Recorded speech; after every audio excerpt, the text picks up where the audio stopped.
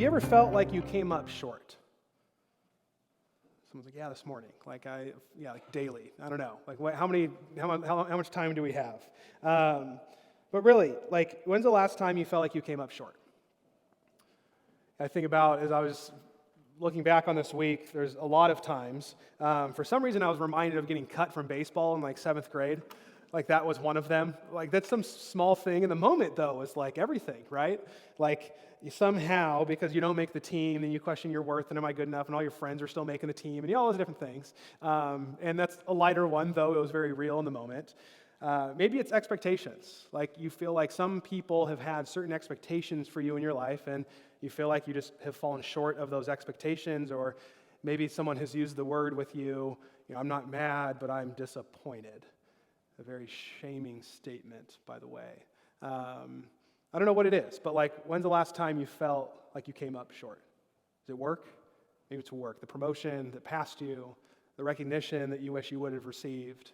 Maybe it's just the continual thing of just doing, I hate doing this, but I'm just stuck. And you just feel constantly like you were just falling short.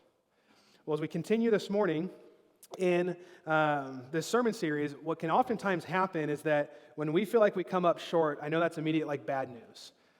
When I come up short in anything, I don't look at it right away and be like, oh, you know what, this is actually going to end up being really good. It doesn't matter that much. Everything's good. God's going to use it. Whatever. Like, usually it's like, no, I got to stay in this place of feeling bad, of feeling like I'm not enough, of feeling like I did not measure up.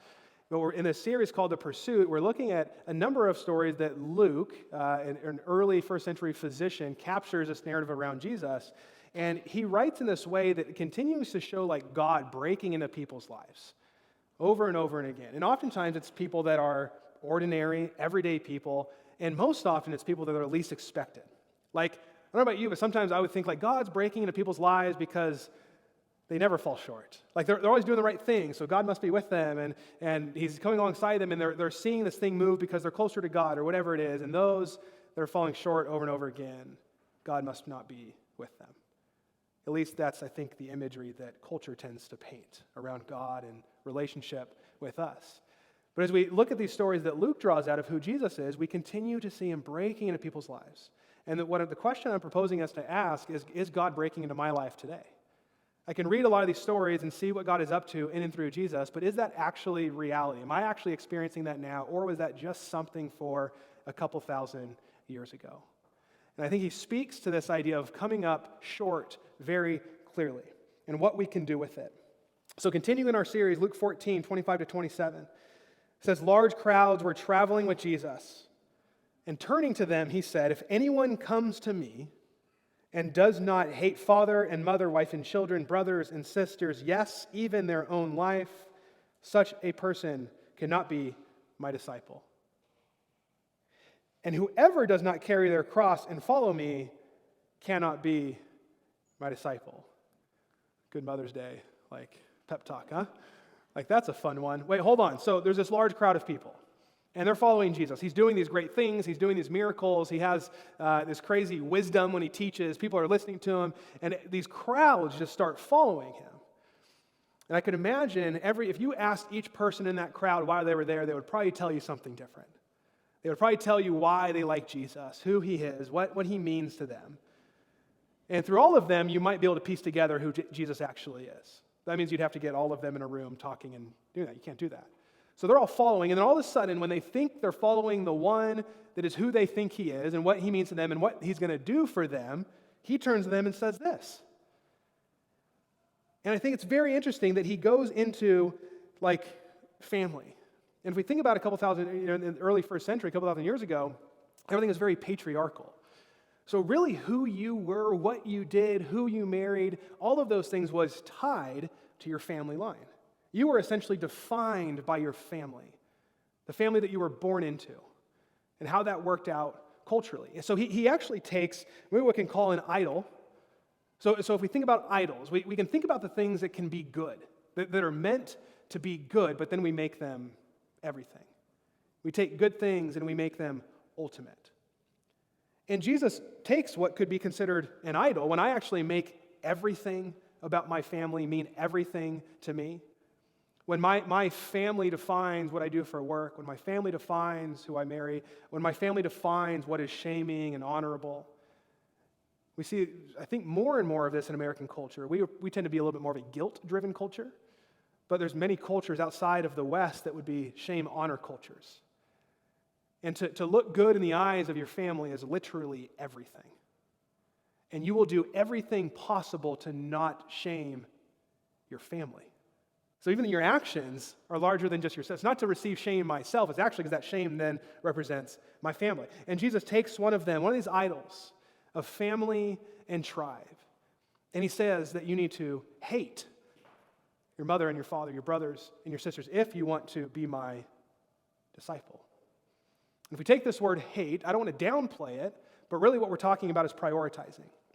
So I don't think Jesus is taking and saying you need to dismiss everything that your family is, and you need to come against them, and you need to curse them, and you don't need to actually act in hate. But can you prioritize me over your family? And then he does a second one, and he says, and whoever does not carry their cross and follow me cannot be my disciple. And I think he takes another idol. So if we think about family and tribe, and then we think about the idol of self.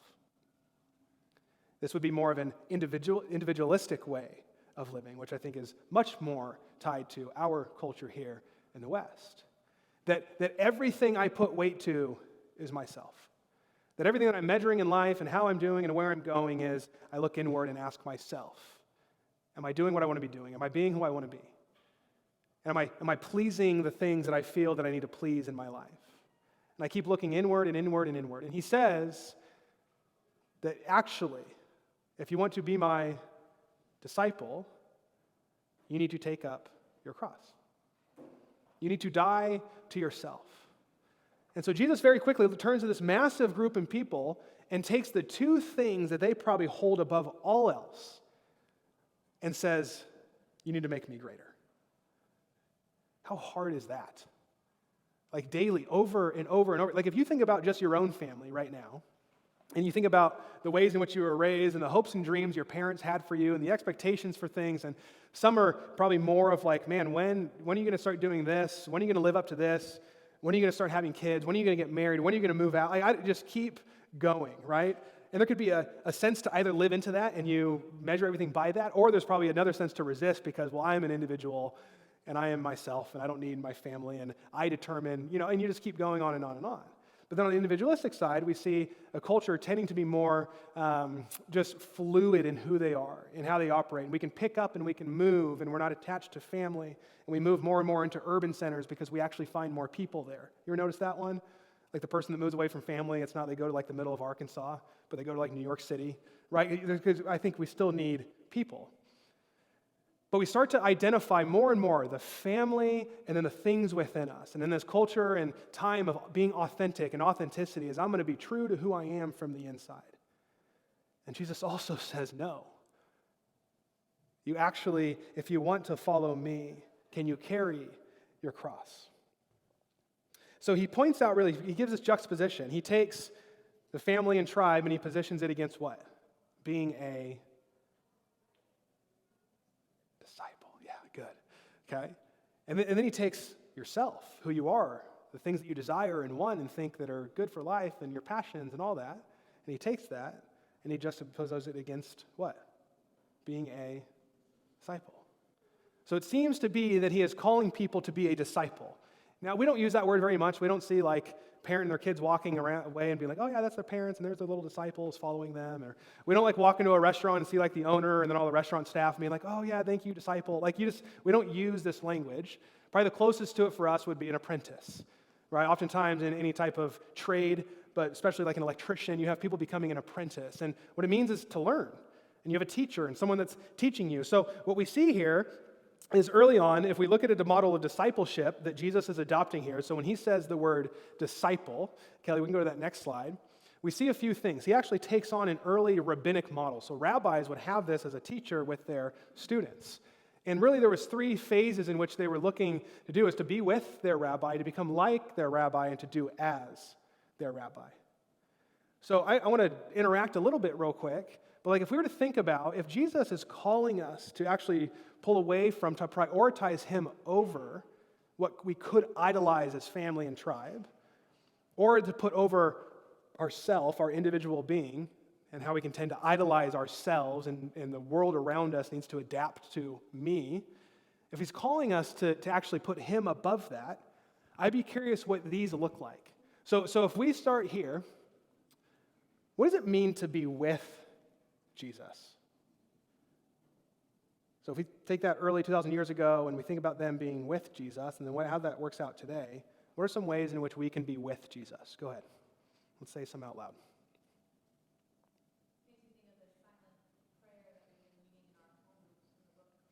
Good. Yeah. So the intimate prayer life with Jesus. Giving up positions of privilege. Yeah, we're actually pulling away from something that probably looks good or helps us or is meaningful to us, and we're actually following something that's pulling us away from that. What else? I mean, inconvenience. It's good. What else? What does it mean to be with Jesus? It's probably like 1,000, by the way, so don't feel like you're going to have a wrong answer. What's it mean? What's it look like? Speaking from your experience. Painful? It can be painful to be with Jesus. What else? Yeah, being vulnerable, not holding things back. What are some of the physical, how would we know if someone was being with Jesus? How would I know myself if I was being with Jesus? What am I doing? Solitude. What else? Matthew 25 lists a bunch of places where Jesus said, hey, you were doing things to me, visiting those in prison, ministering to the sick, being with the homeless, clothing the naked, other lists in there. Yeah. So it's interesting how we can actually be with certain people, and in that we're actually with Jesus. Yeah. Good. Let's keep going. What's it then look like to become like? What is that? What does that even mean? What does that look like?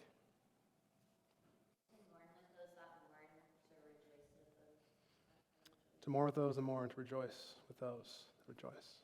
I start to carry that kind of posture. More. How do I start to know if I'm becoming like Jesus? Yeah. My priorities start to shift a bit. I start caring differently for different things. What else? Looking towards the fruits of the Spirit. Yeah, good. Good. Yeah, or the lens in which we actually see people changes. Your interaction with others changes just the way you speak, the way you carry yourself with others. Yeah. Speaking, interacting with others starts to look different. Maybe one or two more? Good, yeah. Interacting with nature and creation, things that God has created. Slow to anger, quick to love. Good, slow to anger, quick to love. Yeah. So then, if that's happening inside of me, our vision here, transforming lives, transforming everything. Like, Jesus invited us to follow him. Like, there's a doing, right? And then this transformation starts to happen in that doing, but it's really just by following. And then to do as their rabbi, to do as their teacher, to do as Jesus. What does that start to look like? What's that look like? And some of this is going to cross over to some of the things that have been said already. Again, there's 1,000. What's this look like? Give of our time. Say it again. Give of our time. Yeah, giving of our time. More. Doing life in community with others. Yeah, life and community. Absolutely. To follow the law, but not like in a legalistic way. Yeah. So I didn't come to abolish the law, but to fulfill it. Yeah.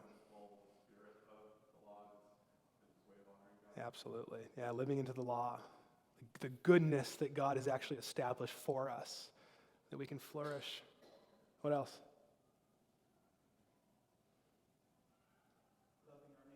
Loving our neighbor. Even our enemies, right? And not even just loving them, but actually blessing them. That's a small one. What else?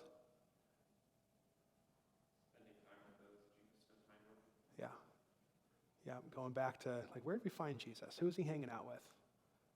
And then does our life start to actually look like that? People that are different than us, people that probably have nothing to offer us, people that are on the margins and the fringes of society. I mean, we could spend at least 6 more hours in just listing things. We really could, okay?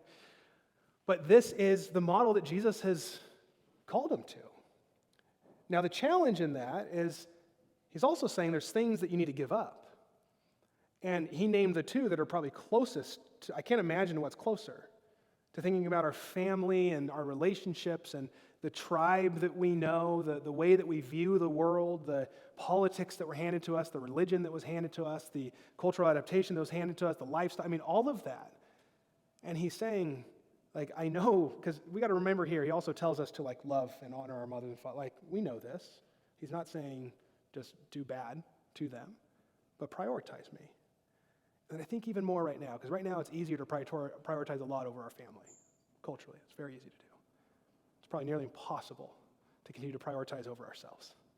That one hurts a little bit differently, I know, to me. Now, what's interesting about this, if we think about the list that we just said, the things that were actually, what does it look like to be with Jesus? If we start to adopt these practices, that probably looks to separate us from the way in which we tie to our family, the way in which we tie to ourselves. I know for me, like if I sit for 20 minutes of silence, there's many other things I would rather be doing, like achieving, or like having fun, or something that's going to like fulfill me in the desire that I have in the moment. But silence is like a resistance to myself, to invite God in. And the more space I create, that I'm resisting myself, hopefully in that I'm learning like patience. And I'm learning to slow down, and I'm learning that my whole identity isn't found in the things that I can do, but I can simply be. And I start to be shaped in a way that then if I don't feel like I have to prove myself or earn something, then I can like be present to people and care about their life and ask them questions and start to prioritize my time and my energy and my money and like give things away because it's not really about me. And I want us to think about that even in the backdrop of like big things like war and racism, exploitation of bodies, to pride and to arrogance. To like this literally starts to change how the world operates and how we start to become and do the things that Jesus did. Then he goes on to say, suppose one of you wants to build a tower. Won't you first sit down and estimate the cost to see if you have enough money to complete it? For if you lay the foundation and are not able to finish it, everyone who sees it will ridicule you, saying, this person began to build and wasn't able to finish. Or suppose a king is about to go to war against another king. Won't he first sit down and consider whether he is able with 10,000 men to oppose the one coming against him with 20,000? If he is not able, he will send a delegation with the others, while the other is a long way off, and will ask for terms of peace. In the same way, those of you who do not give up everything, again, you cannot be my disciple. So he starts to do this thing, and this is an area in which we call counting the costs. If you've been in and around church before and you hear this term, and essentially what he's doing is you pull out your little, is this a T83? I don't know, but like it was in a drawer, and I've had it forever, and I'm sure many of you did, or maybe still have, and I probably didn't use it very much. But like he's giving this imagery that as I start to consider what it means to follow Jesus, if I start to consider what it means to pull away from all that I know within prioritizing my family and my tribe, as I start to consider that he's saying the things that make me up, that I want to live out authentically, I actually have to start reconsidering and prioritizing his ways above mine. And I start doing the math. I mean, he gives us an example. Someone's going to war and they have 10,000 men, and he's thinking of how far they got to go. And he's like, well, they got, and they have 20,000 men, and wait, that can't be right. We can't go to war. Wait, time out. I got to count again. Or I'm going to build a house, and it's like, okay, it's going to cost this much money, and but then you got to think about permits, and you add this, and well, then everything takes at least a year longer right now. So then you got the time and the interest later on that. Like, I can't even afford to build a house. Why am I actually about to do this? Like, this is dumb. This is not going to be good for me. It's not going to be good for anyone. Why in the world would I actually commit to something like this? There's zero way I can pull this off. There's zero way that I and myself can be with Jesus, that I and myself can become like Jesus, that I and myself can do the things that Jesus did and the things that he's calling us to. I cannot do it. The math literally doesn't add up. And the thing is that the calculator is not broken. And I know that was a thing, right? I'm thinking, like, well, I got to figure out, and then I can do this, and I can, if I find this one, if I get this person to do this thing for me, and we just like keep going and spinning round and round and round and round and round. The calculator is not broken. Jesus is saying, no, it is going to cost you. It is going to cost you that much. And all those things that you're counting, the things that you want, the things you're hoping, the things all there, and then the things that you have and the things that I'm asking you to give away, when you put all of that together, if you cannot give up everything, you cannot be my disciple. Which I'm like, what the heck am I even doing then? what is this? Why? What's it worth? Like, being on a speedboat on the lake right now is probably more enjoyable than like sitting here listening to me talk. Like, there's so many things you could actually be doing that are probably more enjoyable, and that you can have your way a bit more, and that you can get people to do things for you rather than, there's ways of going about this that, like, Jesus is actually telling us to reconsider. Do you actually want this? Are you sure this large crowd of people that are walking with me right now, like, I don't think they know what I'm up to. They've seen some pretty cool stuff happen, and they all think I'm going to, like, overthrow this Roman government. Like, here's the things they think I'm going to do. I'm not going to do any of that.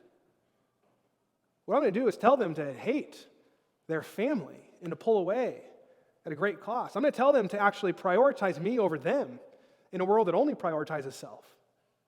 And it's going to cost greatly. So let me, as we're going on this journey, like, I'm about to go somewhere pretty big. Like, no one's really going to follow me there. Like, I need to know. Like, if you want to be on this journey with me, we're going to pause right here and you just a little pulse check. Like, are you sure you want to go here with me? Because when you do this math, you can't. You can't do it.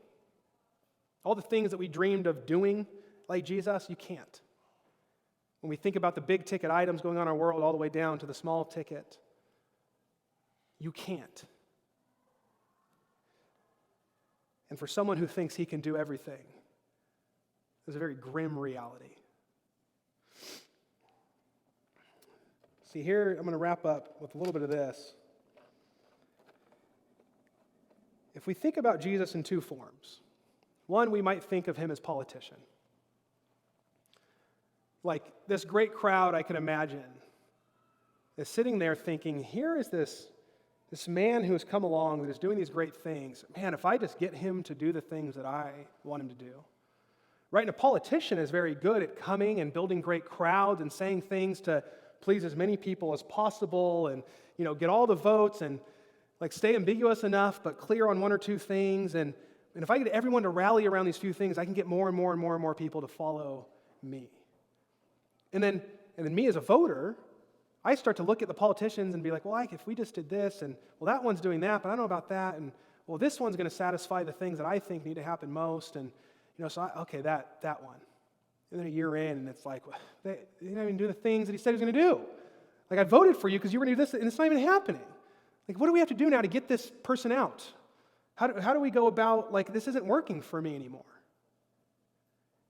And I wonder how viewing Jesus as politician plays into the way that we interact with being like Jesus, or being with him, becoming like him, and doing what he did.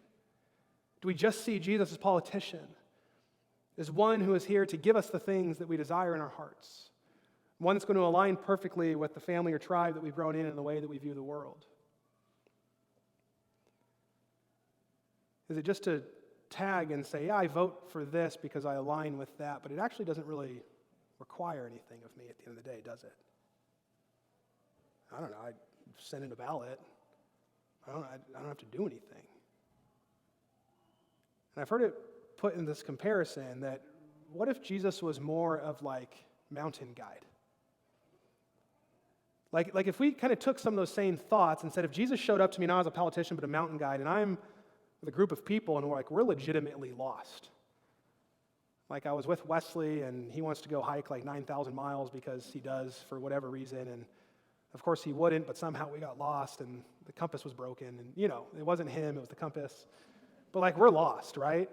And then all of a sudden, like, our group, like, this guide pops up and is like, hey guys, here's the deal, you're lost, I know you don't want to admit it, but like, I know the way out. But here's the thing, if you want to go with me this way, like, you got to leave your packs behind. Like, drop the food, trust me. We're like, well, you can. And he's like, just good. And we're trying to be like, no, man, like we came through this way. And he's just like, come on. Like, could we actually like recognize that as we're lost in the wilderness, that one has come to say, come this way. But it's going to be at a cost because he's going to do things differently than what got us lost in the first place to say. But don't we hang on to that? See, I think in all of this, Jesus has just said a moment ago, those of you who do not give up everything you have, cannot be my disciple. I wonder where the good news is in this, right? It was the thing about Luke, and Luke is breaking into the world, into the lives that we would probably least expect, including our own. This actually becomes good news for everyone because everyone has something to give. That everything is a different measurement, but he's saying, give up everything so that you can be my disciple. And everyone has everything in their own way. And he finishes with this, salt is good, but if it loses its saltiness, how can it be made salty again? It is fit neither for the soil nor the manure pile. It is thrown out. Whoever has ears to hear, let them hear. We know in Scripture that Jesus calls us to be salt, to be light. And I wonder if we mix this up a lot, thinking like, man, I just need to keep being salt. Like before I leave the house each day, like let's just throw some more salt on me so that I can, so I can preserve things, so that I can, bring peace and do it. And again, we have to question who is the salt here. What is the salt? Who does the salt actually come from? And just like he said earlier, if you do the math, you can't do this. If you try to be the salt in your own way, you're also not going to do this. Do you have ears to hear? That you cannot do it on your own. But that I have come so that through me, you can. So that through me, you can actually be with me in a way that you are going to become more like me. And then the beautiful thing that the world is so needing is that you will actually start to do more of what I've come to do. You will actually start to bring peace into the room that you walk in and that is riddled with anxiety. That you will start to bring reconciliation to the groups that have their hands at each other's necks. That you will actually bring humility in a world that is just riddled with pride and arrogance. You actually will contribute to the world in the ways that it needs most. Do you recognize that you cannot do it on your own? Do you recognize that you and I need a Savior? And do we recognize that we are so worse off than we actually probably think we are? And that Jesus has come. And through the cross he has said, be with me. Become like me. And begin to trust that you will just more and more just naturally start to do the things that I do. And that sounds like salt that will start to preserve what Jesus is up to in his kingdom.